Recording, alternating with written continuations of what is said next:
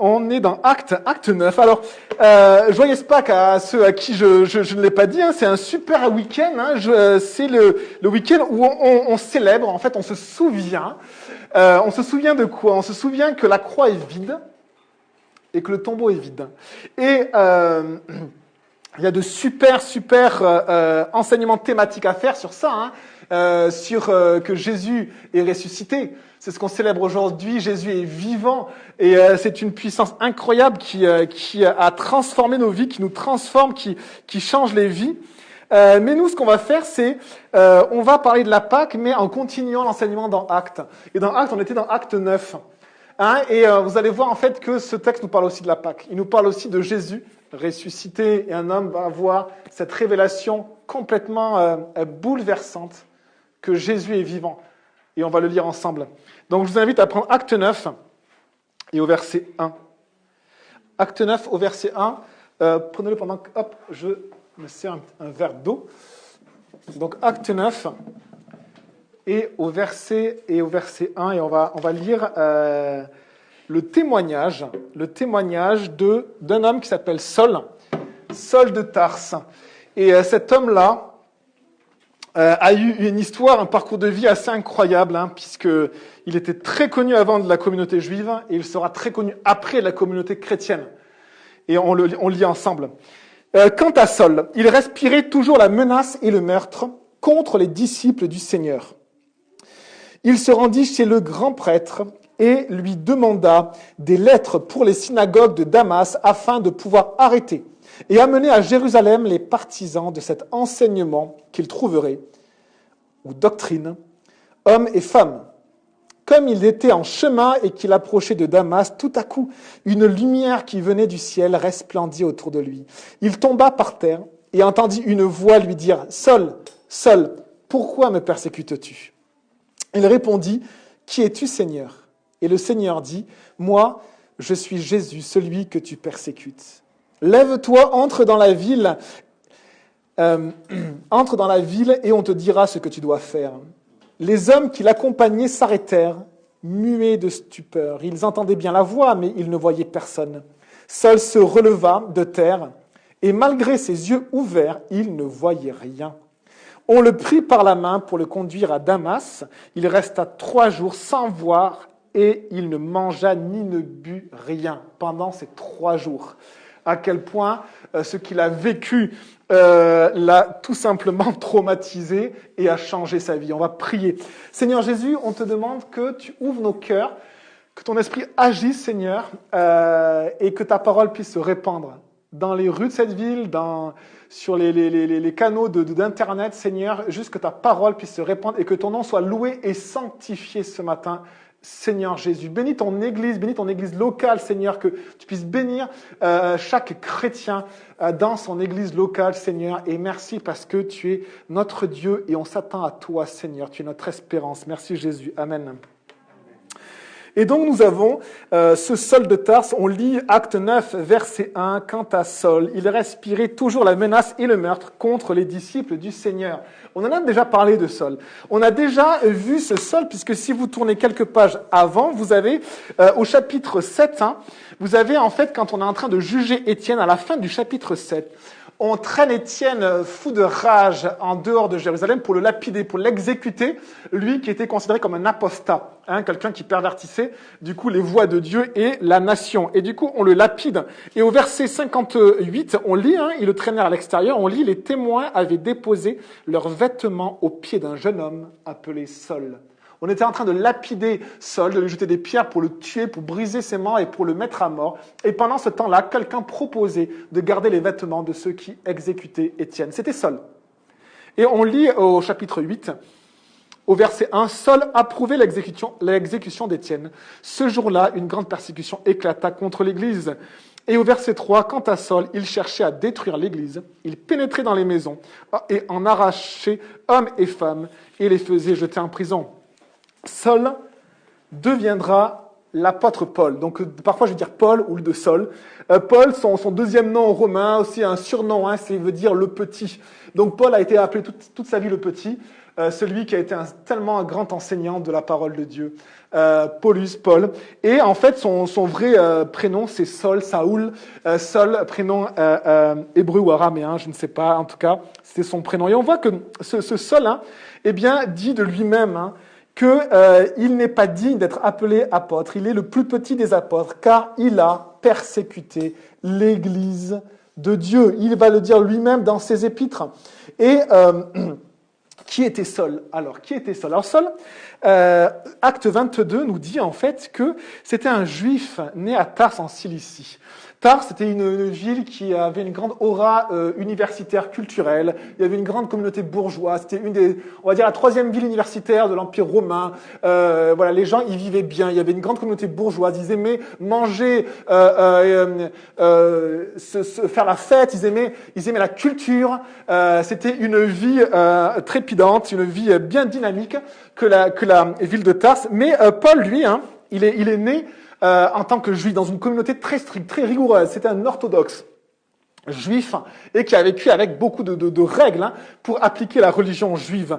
Et il dit dans Acte 22, verset 3, lui-même, il témoigne, il dit « J'ai été élevé dans la ville de Jérusalem ». Donc il est né à Tars, mais il a été élevé dans la ville de Jérusalem et instruit au pied de Gamaliel, dans la connaissance exacte de la loi de nos pères. Alors là, il parle à des Juifs, là, dans Acte 22, il se présente à son propre peuple, et Gamaliel, c'était un des sages juifs, actuellement encore, c'est un enseignant qui est reconnu, et on peut citer, en fait, encore ses paroles et ses enseignements. Donc, en fait, Paul a été éduqué, enseigné auprès d'un maître qui est un grand sage juif encore maintenant, donc c'était vraiment l'élite de la religion. Et Paul était un homme très considéré.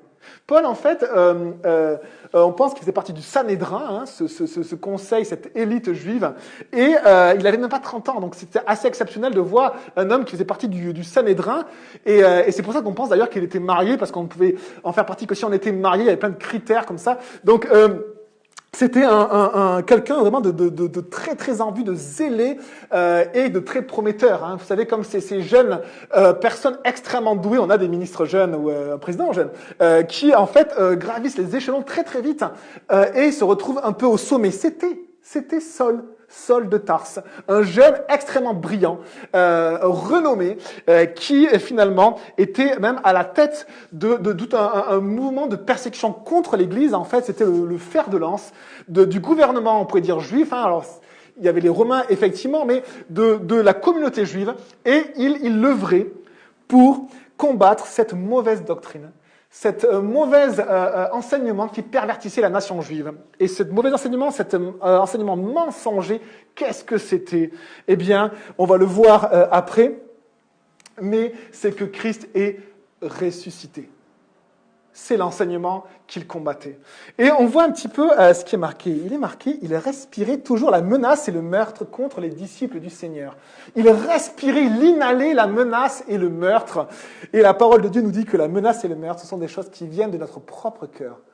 Jésus nous dit, en effet, nous on voit ceci autour de nous, quand on parle à des gens, on voit le mal autour de nous, et on va dire, ces gens-là, on devrait les punir. Mais Jésus dit, en fait, on devrait vous punir vous, parce que vous avez exactement la même chose en vous. Jésus dit, en effet, c'est du cœur que viennent les mauvaises pensées, les meurtres, les adultères, l'immoralité sexuelle, les vols, les faux témoignages, donc les mensonges et les calomnies, les accusations méchantes, les accusations fausses.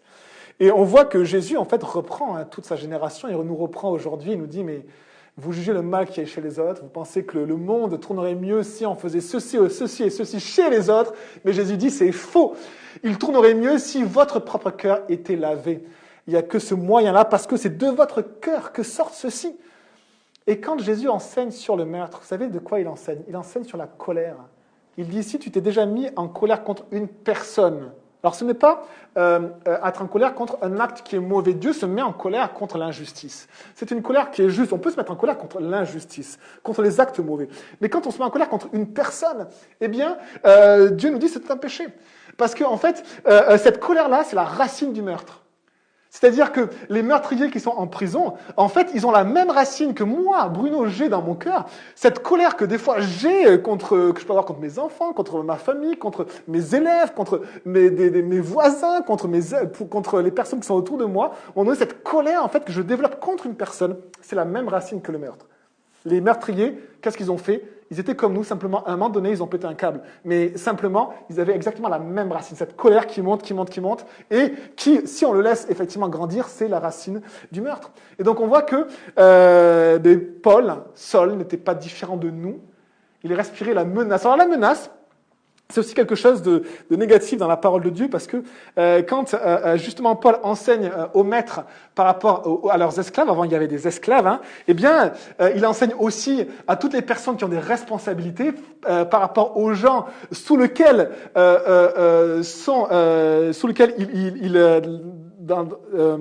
j'arrive pas à formuler ma phrase, mais par exemple, moi je suis prof et j'ai des élèves en fait sous ma responsabilité. Vous êtes parents également, vous avez des enfants sous votre responsabilité. Et si vous pouvez être patron et avoir des ouvriers sous votre responsabilité, eh bien le Seigneur nous dit ceci dans Éphésiens 6, verset 9. Quant à vous, maîtres, c'est-à-dire personne qui avait une responsabilité et sous lesquelles il y a des gens, eh bien agissez de même, abstenez-vous de menaces.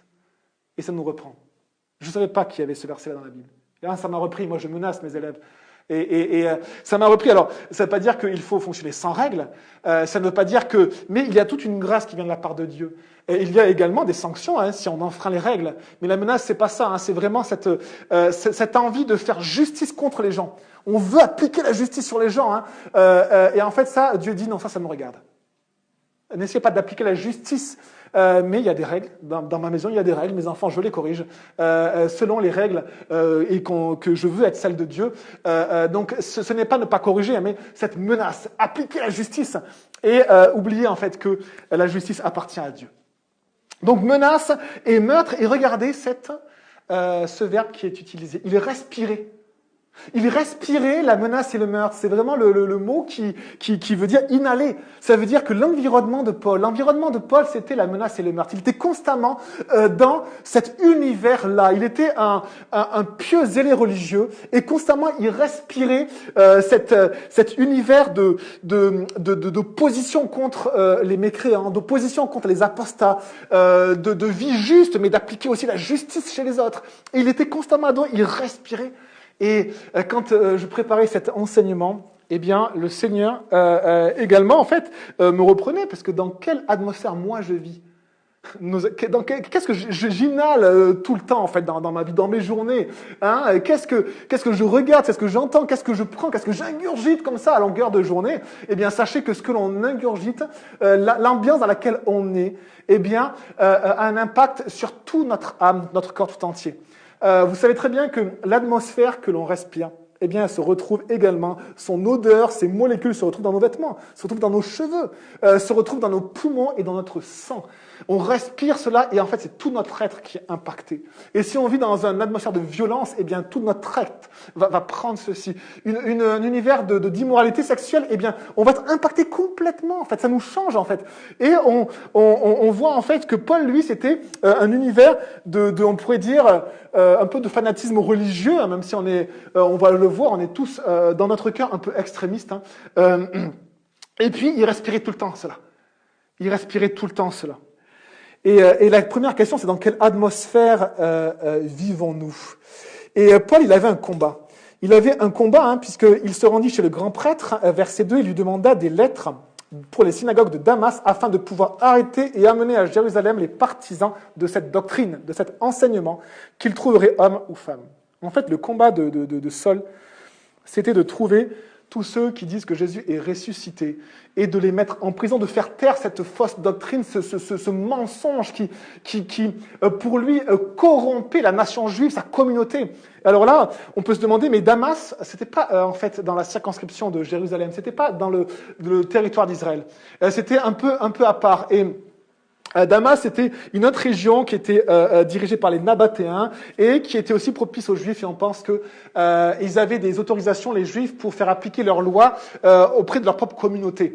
Donc le chef, entre guillemets, des Juifs, c'était le grand prêtre, le chef aussi du Sanhédrin, de l'élite juive, de ce groupe qui était aussi un groupe juridique, qui appliquait les lois, qui est un groupe qui faisait appliquer aussi la justice judiciaire. Et on a du coup Paul qui récupère des lettres, qui demande l'autorisation du grand prêtre pour aller appliquer la loi juive même à l'extérieur d'Israël. Vous imaginez son combat? Il veut appliquer ce qu'il croit, ses convictions, même en dehors d'Israël. Et la deuxième question que m'a posée ce texte, c'est quels sont vos combats? Quels sont mes combats? Lui, le combat de Paul, c'était ça. Il s'y donnait corps et âme. Alors nous, on en a plein de combats. Actuellement, on a le véganisme, l'égalité homme-femme, doctrine LGBT.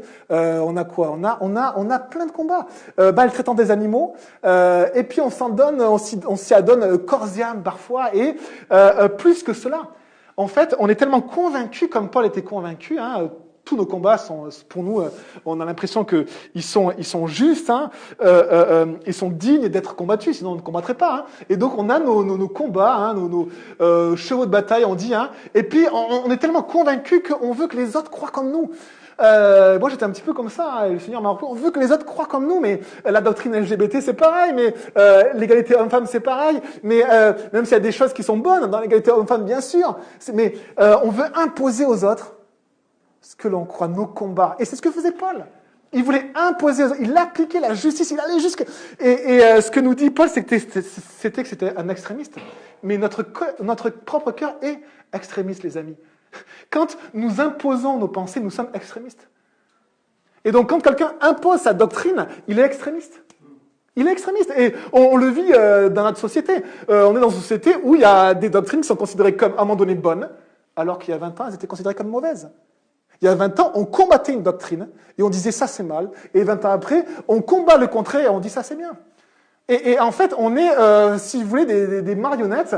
On est ballotté, la parole de Dieu nous dit, ça et là, par tout vent de doctrine. Les doctrines ne sont pas que religieuses. Les doctrines, c'est nos pensées. C'est ce que l'on croit être la vérité. Et c'est ce qui nous guide dans nos vies.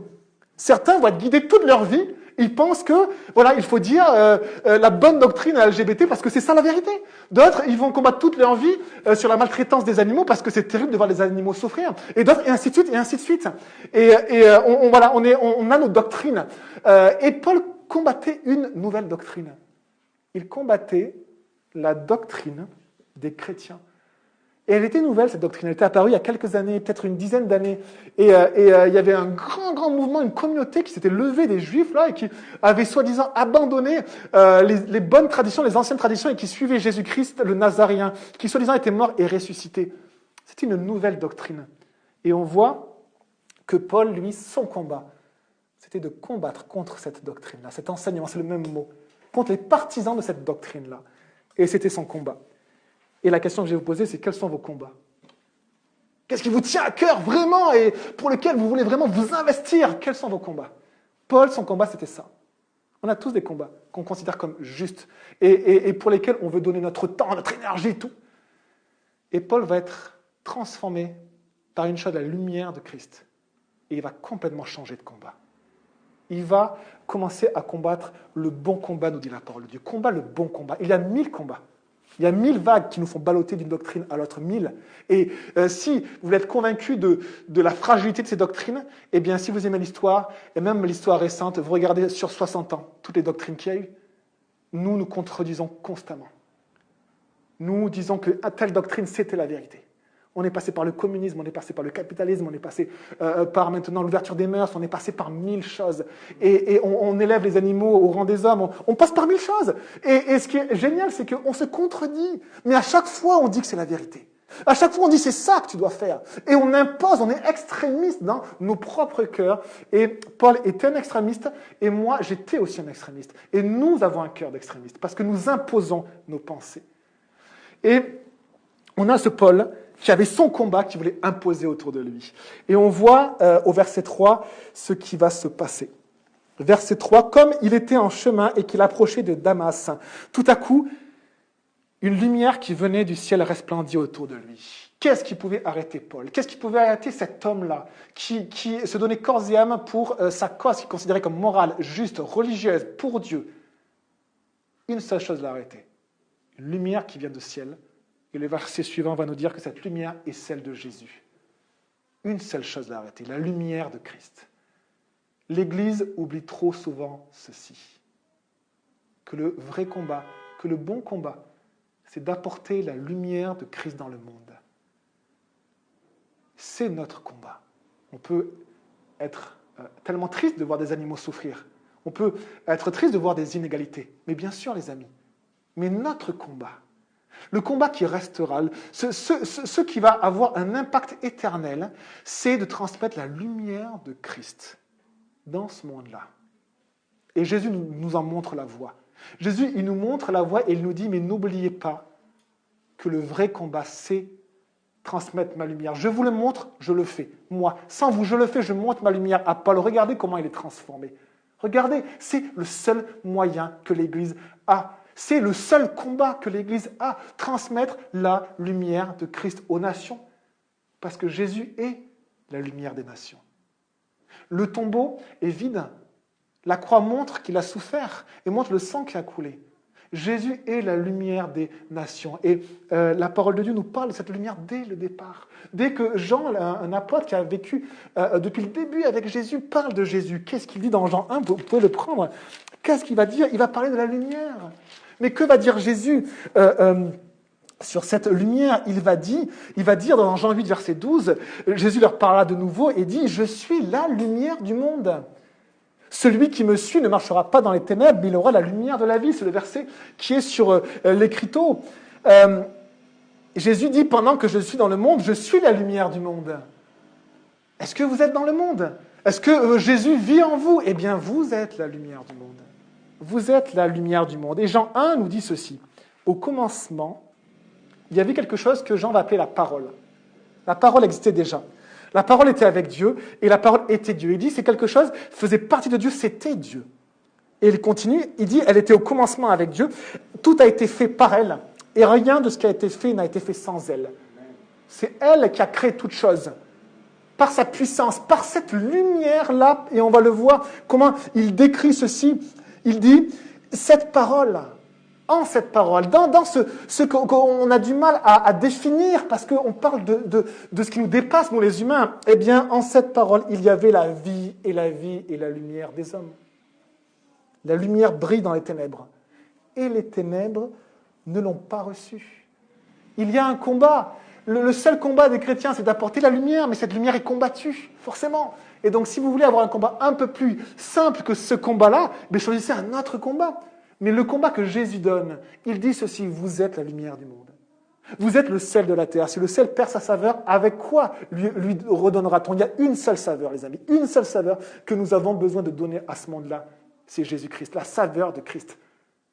Et si c'est une seule cause pour laquelle nous devrions être capables de mourir, de tout donner, de donner tous nos biens, de ne plus rien avoir, parce que c'est la seule cause qui est valable. La seule cause où ce n'est pas un ballottage, ça et là, où 20 ans après, on est sur autre chose et on se contredit. Ça fait 2000 ans que l'Église dit la même chose. Jésus est ressuscité, Jésus est la lumière, Jésus est la vérité, Jésus sauve. Il te transforme, il te pardonne, il te lave et il t'amène auprès de Dieu. Et tu deviens un enfant de Dieu, connecté avec Dieu, Dieu tout-puissant, Dieu éternel. Et on voit que Jésus est la lumière et l'Église, les amis, l'oublie. Nous oublions que Jésus est la lumière. Nous l'oublions dans nos vies, nous avons nos petites vies, nos petits trains-trains, on a nos petits projets, nos petits combats, etc. Et puis on vit, puis tiens, on va aller à l'église, on va lire la Bible, etc. Mais on oublie que le centre de notre vie, c'est que nous avons vu la lumière de Christ. Et que cette lumière-là, Jésus nous dit, mais vous avez à la transmettre. C'est ce que moi je vous dis. Et Jésus va le dire jusqu'au bout, jusqu'à ce qu'il soit élevé dans le ciel. Il va dire dans Matthieu, dernier verset, il a dit, allez et faites de toutes les nations des disciples. Transmettez cette lumière, parlez de Jésus. Montrez-leur qui je suis. Montrez-leur ce que j'ai fait. Dites-leur ce que j'ai dit. Je suis la lumière du monde. Et Jésus va dire aussi à l'Église, vous êtes la lumière du monde. Moi, je suis la lumière du monde? Oui, parce que l'Esprit Saint habite en toi. L'Esprit Saint, vous savez comment il l'appelait? Il l'appelait l'Esprit de Jésus. Donc ça veut dire que Jésus fait sa demeure en toi. Et si Jésus a fait sa demeure en toi, tu es une lumière. Tu portes la lumière de Christ en toi. Et c'est ton rôle dans ce monde. Toute ta vie, ce sera ton rôle, ton premier combat, porté autour de toi, dans ta vie, dans ton boulot, dans tes activités, dans ta famille, auprès de tes voisins, auprès de tes amis, auprès de ce que tu aimes, auprès de ce que tu détestes. Porter la lumière de Christ. Et cette lumière-là transforme, mes amis. Elle transforme radicalement. Et Jésus nous le montre. Il dit, regardez la puissance de ma lumière. N'oubliez pas, Église, mon Église, ma famille, mon corps, je suis mort pour vous, n'oubliez pas. La puissance réside dans une seule chose, la lumière, la vérité. La lumière, je suis la lumière, dit le Seigneur. Celui qui me suit ne marchera pas dans les ténèbres, mais il aura la lumière de la vie. Et on sait à quel point cette lumière est bonne, elle est douce, elle donne la vie. Comme une plante ne peut pousser que si elle a de la lumière. Jésus est la lumière, il est la vie. Et on voit alors que, comme il est en chemin, une lumière qui venait du ciel resplendit autour de lui. Et le verset suivant nous dit ceci. Il nous dit, verset 4, « Il tomba par terre et entendit une voix lui dire, « Saul, Saul, pourquoi me persécutes-tu » Qu'est-ce qui aurait pu arrêter Saul ? Qu'est-ce qui aurait pu arrêter Saul c'était un convaincu, c'était un religieux convaincu, c'était en plus une personne très bien éduquée, une personne très rationnelle, très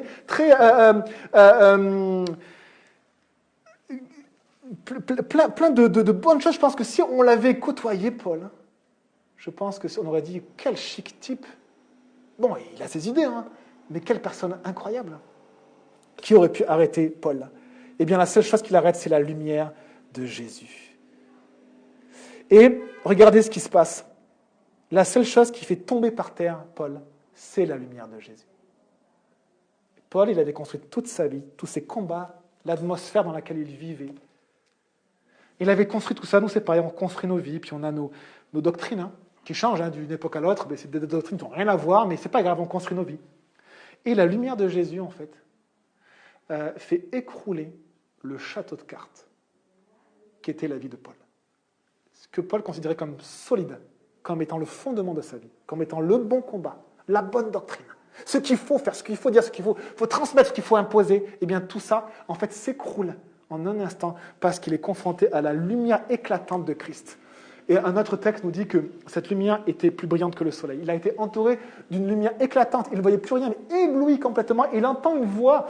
D'autres textes nous disent que les autres vont entendre également, mais ils ne vont pas comprendre. Il y a deux textes qui ne sont pas en contradiction, mais un texte dit qu'ils entendent, l'autre texte dit, et oui, ils entendent, mais ils ne comprennent pas. Donc ils entendent cette voix, mais inaudible pour eux, mais lui entend. Et il entend, Saul, pourquoi me persécutes-tu ? Et là, ça va faire un arrêt net dans sa vie.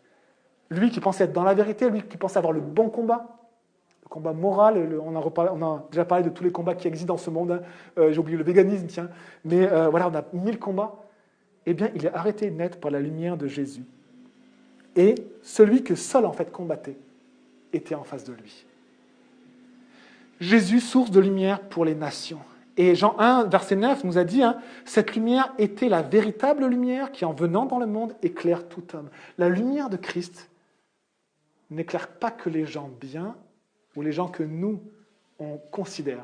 Mais la lumière de Christ a cette puissance, cette capacité d'éclairer tout homme. Et verset 5, il répondit, « Mais qui es-tu, Seigneur ?» On sent le désarroi, l'incompréhension totale, le choc de Saul, de Paul. Et le Seigneur dit, « Moi, je suis Jésus. Moi, je suis Jésus. Celui que tu combats, celui contre qui tu es. Celui que tu persécutes. En persécutant l'Église, tu me persécutes. » Et si Jésus est là devant lui, c'est que Jésus est vivant. Et on fête Pâques aujourd'hui.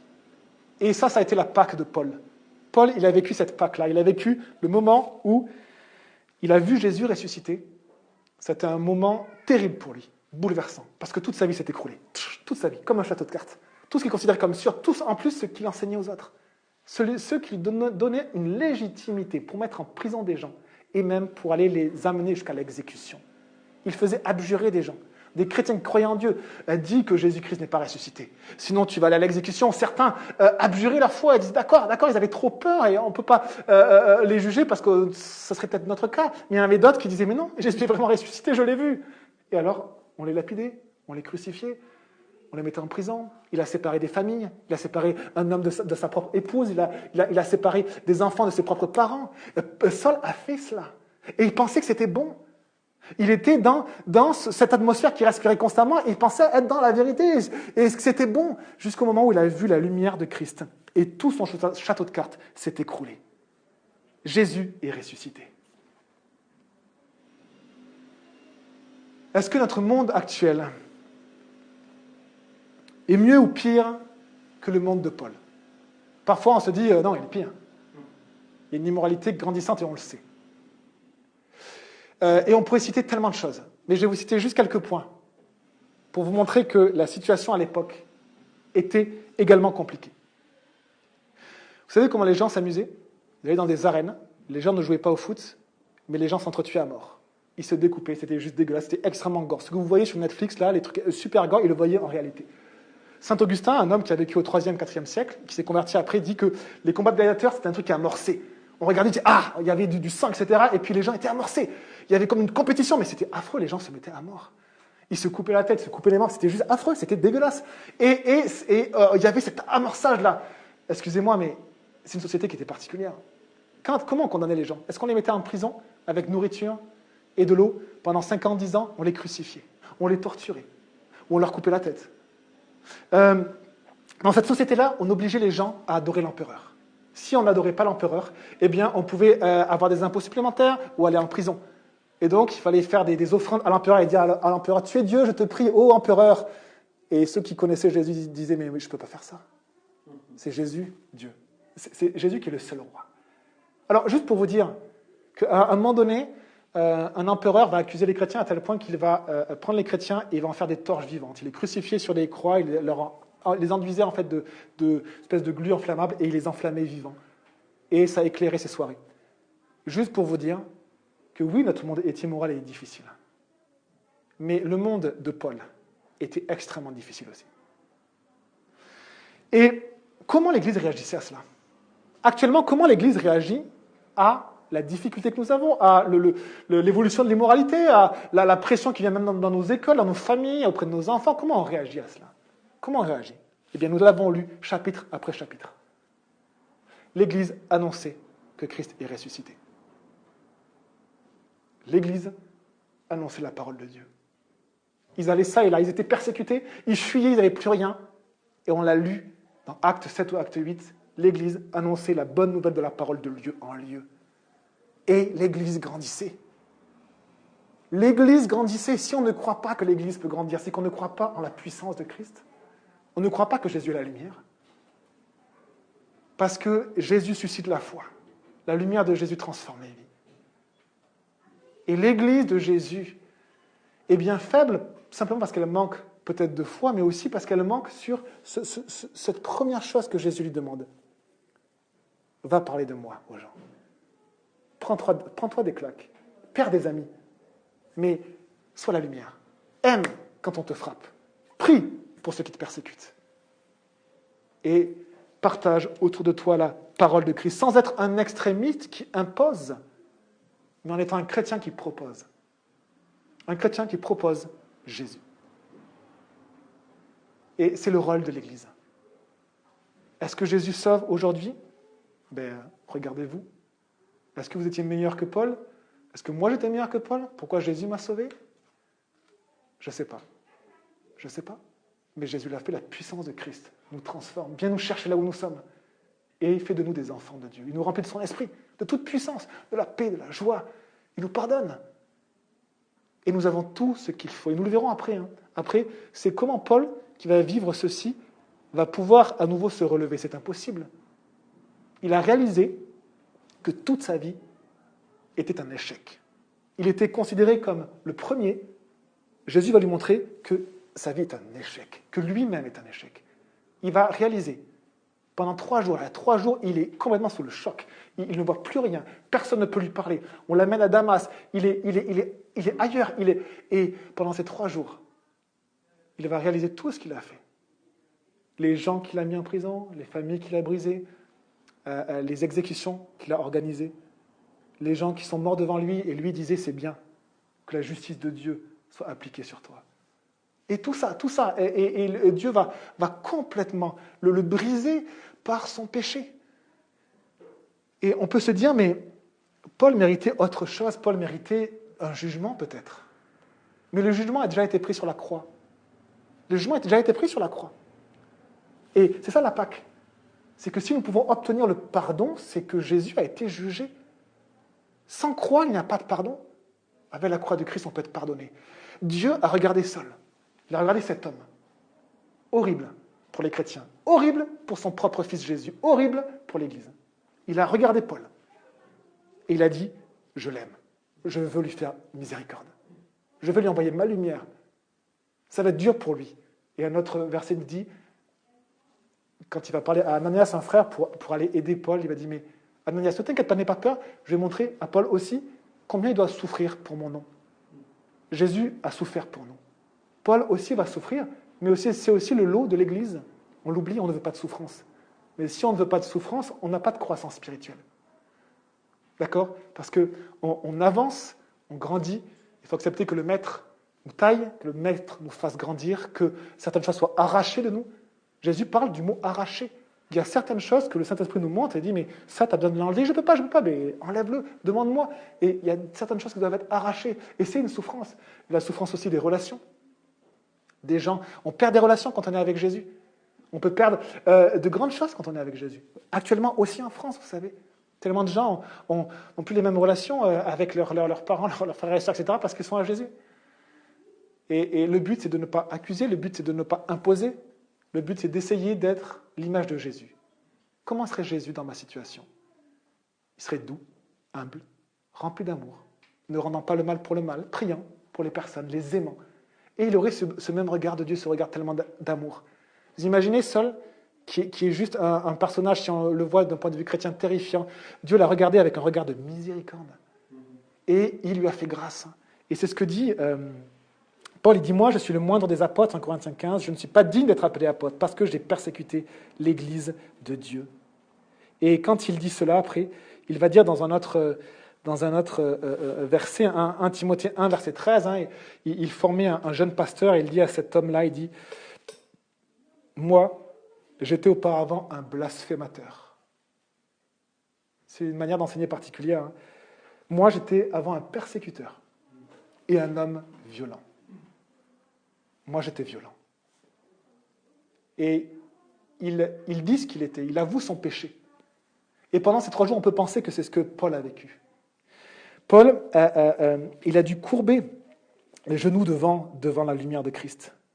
On voit dans le verset 6, Jésus lui dit « Lève-toi, entre dans la ville, et on te dira ce que tu dois faire. » Les hommes qui l'accompagnaient s'arrêtèrent, muets de stupeur. Ils entendaient bien la voix, mais ils ne voyaient personne. Saul se releva de terre, verset 8. Malgré ses yeux ouverts, il ne voyait rien. On le prit par la main pour le conduire à Damas. Les amis, le plus grand sage, qui a été enseigné par Gamaliel, est devenu ignorant. Il ne pouvait même plus parler. Il n'avait rien à dire. Muet. Celui qui guidait les gens par son zèle religieux, celui qui était... Il ne peut même plus marcher. Et celui qui était considéré comme le plus grand des religieux était en fait incrédule. Il le dit, dans le même verset que je vous ai cité à la fin, il dit « Mais j'ai obtenu miséricorde parce que j'agissais par ignorance dans l'incrédulité. » Moi, qui connaissais la voix de Dieu, j'étais dénué de foi. La foi n'était pas trouvée en moi. C'est terrible. Hein? Et la seule foi qui sauve, qui nous fait grandir, c'est la foi en Christ. La foi en Jésus. Et il va juste vivre cette expérience, cette lumière extraordinaire de Jésus-Christ. Et Jésus va susciter la foi. Vous savez que la présence de Jésus suscite la foi. Et si vous êtes des lumières, si moi je fais tout mon possible pour être une lumière, d'être rempli de l'Esprit de Dieu, pour être une lumière, en fait, il y a des gens qui vont s'éloigner de moi parce qu'ils ne supportent pas l'odeur de Jésus. Et il y a des gens chez qui la foi va être suscitée. C'est ce que Jésus fait, il suscite la foi. Il fait naître la foi par sa présence, par la puissance de son esprit, par sa lumière et par sa parole. La lumière, c'est aussi la vérité. Il suscite la foi. Moi, j'étais un blasphémateur, un persécuteur, un homme violent. Paul a courbé les genoux devant Jésus. Et que ça nous encourage, les frères et sœurs, les amis. Notre monde est peut-être un monde plus difficile, moins difficile que le monde des apôtres, je ne sais pas. Je ne sais pas, je ne pense pas que j'aimerais être crucifié, les amis. C'est juste terrifiant. Mais en tout cas, la réponse de l'Église a toujours été la même. Prêcher l'Évangile. Et si on s'éloigne de ça, on s'éloigne juste du fondement même que Paul, qui était persécuteur, a enseigné dans toute l'Europe. Il a dit ceci, il a dit dans 1 Corinthiens 15 et au verset 1. On peut le prendre d'ailleurs, 1 Corinthiens 15 et au verset 1, et on finira avec ça, les amis.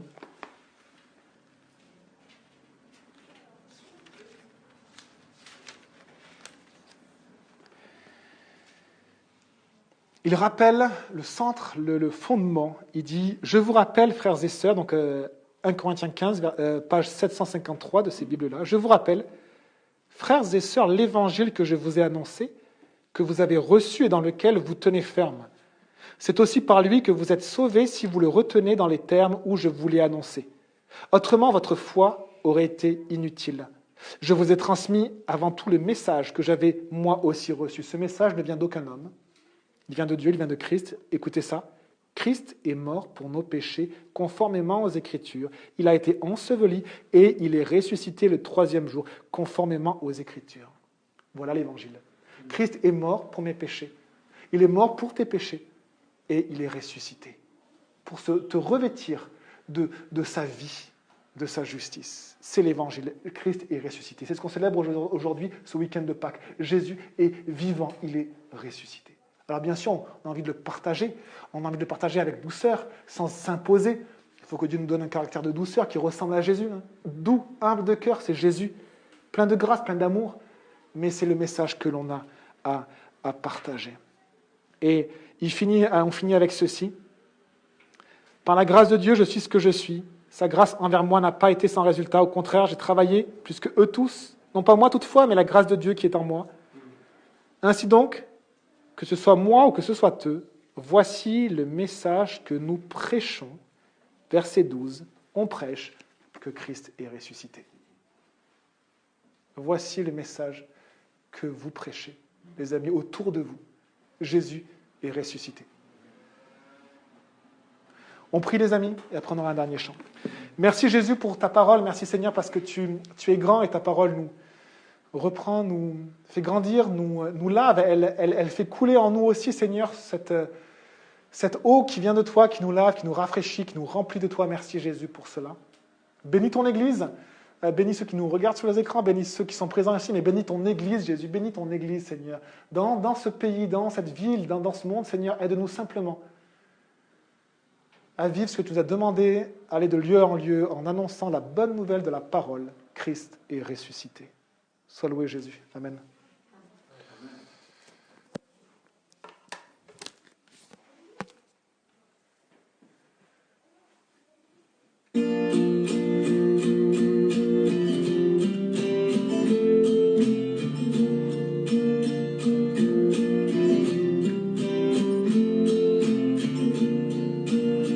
Dieu de justice, libérateur, pour le faible et pauvre le sauveur, et tu deviens serviteur.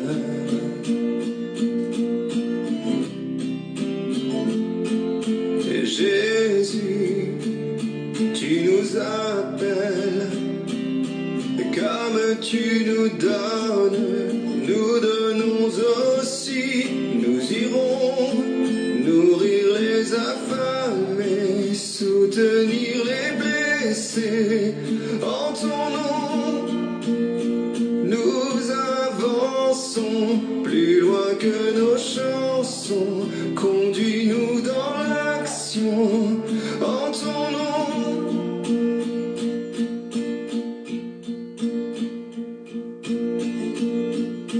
pratiquez toujours la justice, manifestez la miséricorde et marchez dans l'humilité.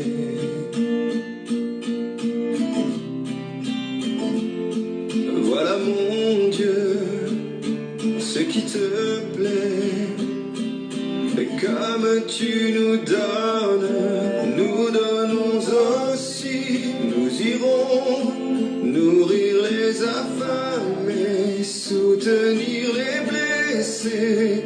En ton nom, nous avançons plus loin que nos chansons. Conduis-nous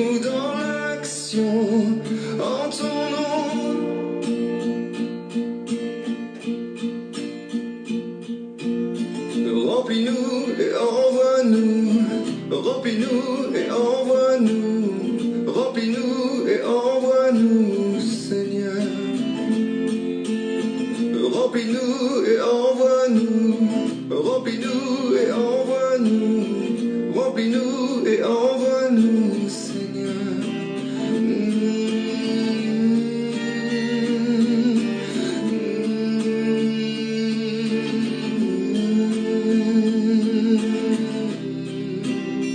Nous irons, nous irons.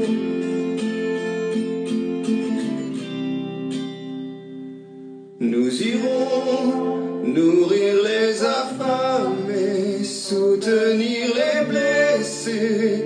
En ton nom, nous avançons plus loin que nos chansons. Conduis-nous dans l'action.